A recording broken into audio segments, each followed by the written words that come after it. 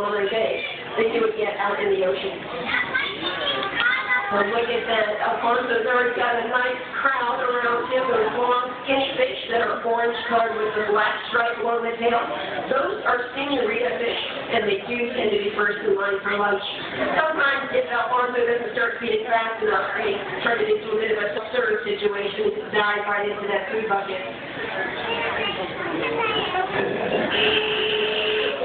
Susan, can you hear me? Yes, I can. Everybody? Wow, tremendous welcome. Thank you, everybody. And welcome here to the Monterey Bay Aquarium. And Susan, especially welcome everybody here to the California. I'd also like to recognize those who are watching us via our wonderful website. We've actually got cameras in here, and the one over on the balcony, look above you there, there's a camera up there. We are live webcast, and so that means when you leave here from the Monterey Bay Aquarium, you can actually return and come back anytime you want, 7 a.m. to 7 p.m. Is that right, Susan? That's right. Get your self-work feeding fix even from home. And so do I sound like Darth Vader? A little bit. Well, so it looks like some of the fish have started pulling the food out of your bucket already. I think they're a little bit impatient. So what do you have on the menu for our animals today? Well, actually, I think they're kind of inconsiderate. You know, I was in here earlier, and no one paid me any attention. And all I was basically, still having fingers. Yes, I do. All right, folks, what I got in this bucket is about 5.5 pounds of, let's call it what it is, sustainable restaurant quality. Talk about that second thing, restaurant quality. The same stuff. Well, let's see. But this is not fried and breaded. It's our, let me check, please. That is our world famous Monterey Bay squid. Or calamari. I'm going to let him spin around here. All right. And this is all the stuff you can find in the restaurant. And let's talk about that sustainability. And you know what? I think I have something here. Do you have yours? I do have mine. Well, you know, there's so many choices out there when you go to the restaurants and stores. Well, we've got a tool that will help you not only online, via your smartphone. We actually have them all printed up for you. And Susan, look, I have green, I have yellow, I have red. You want to tell the folks what that is? Yeah, I'll tell them what's going on while you take care of the flavor charts. I don't think they're going to wait for you to discuss our season watch program before they get their squid, but this is a pocket guide to offer some recommendations regarding seafood, and it's organized very much like a stoplight. The red side lists seafood that we recommend avoiding. Either fish populations have been over-harvested, overfished, or they're caught in ways that harm the environment and other animals. The yellow list is a good alternative, but the red list are excellent choices. These are good, healthy populations of fish and seafood, and we recommend those types. And I have some of the West Coast seafood watch guide and the sushi guide if you like one after the program. You can also go to our website, MontereyBayAquarium.org, and download an app. Yes, there's an app for that. So you can get constantly updated information regarding sustainable seafood. Are you teasing that shark up on the boat? No, that was a rather large squid if you saw that. That was huge. We got some real, here's another one. Let's see. They're really enjoying it. And I'm serving it. That was too much fun for the shark today. Sometimes I get a little carried away. Hey, folks, look at this. You're not going to find this on your restaurant menu, but take a look at this.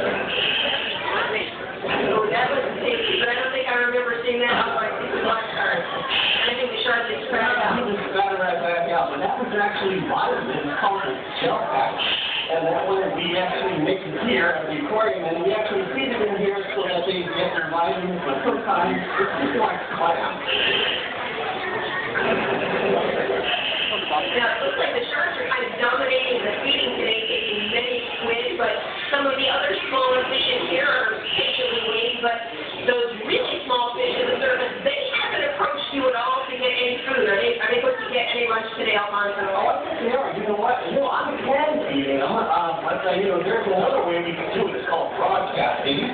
And some of you might look around this case and you might not see my partner, but we are very safety conscious here at the Monterey Bay Aquarium. My guy partner is actually upstairs watching me be able to close circuit TV. His name is Andrew, and I'm going to check in with him right now. And hey, Andrew, come on back. Hey, Alfonso, how's it going down there, man? Well, these people won't believe you, but it is 51 degrees in this lovely tank. I know. Hey, Andrew, I left a bucket of krill up top. Do you want to show the audience how we do broadcasting? Sure, absolutely. So, we obviously have to feed these schooling fish up here, and we do that with krill and broadcast feed. So, for your attention at the top of the exhibit, let's watch these little fish here. I'm just going to get out of the way because you're actually, once that hits the water, you're going to go into a feeding frenzy.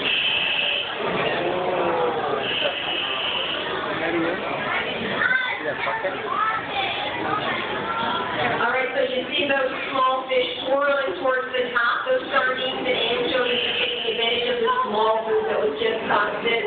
That's krill. Does anybody know what other animals like to eat krill? What do they like to eat krill? Whales, that's right. Whales like to eat krill, not one at a time. They're going to eat mouthfuls about 100 pounds at a time.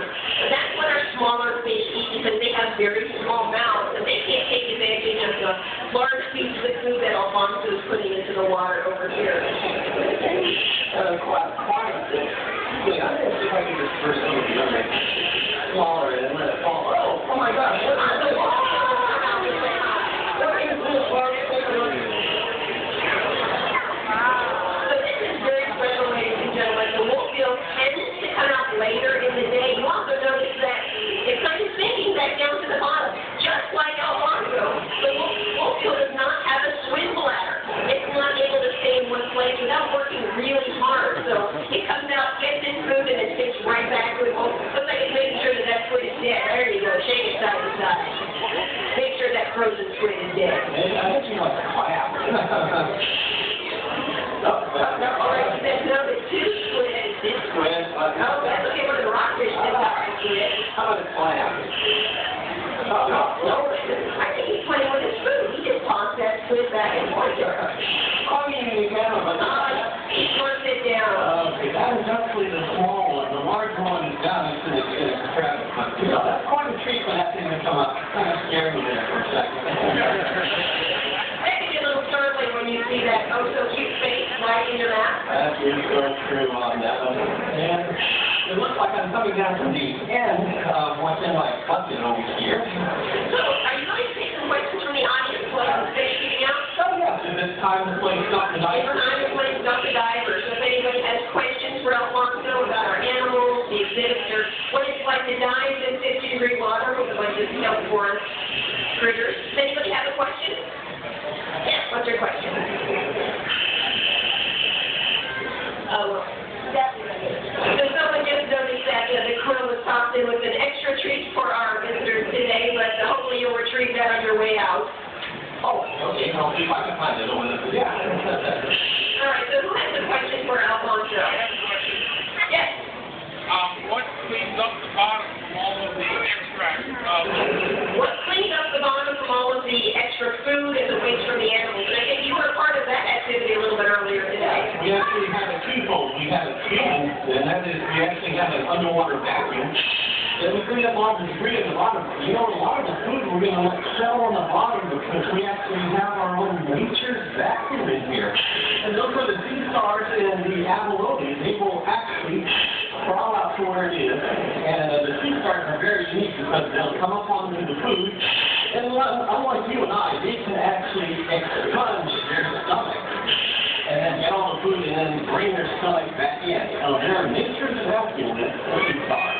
And the abalone, they're really interested in eating kelp, so if any of the leaves break off of the giant kelp and fall to the bottom, they'll eat that. The giant kelp are the large plant-like structures that you see here, and you'll notice the top of the kelp canopy floating near the surface. It looks a little bit like mistletoe, maybe on the top of the exhibit for the holiday season, but the abalone really like to eat all of those pieces of kelp that come off the plant, so they're going to cruise around and eat any of that food falling to the bottom of the exhibit. Yes, what's your question?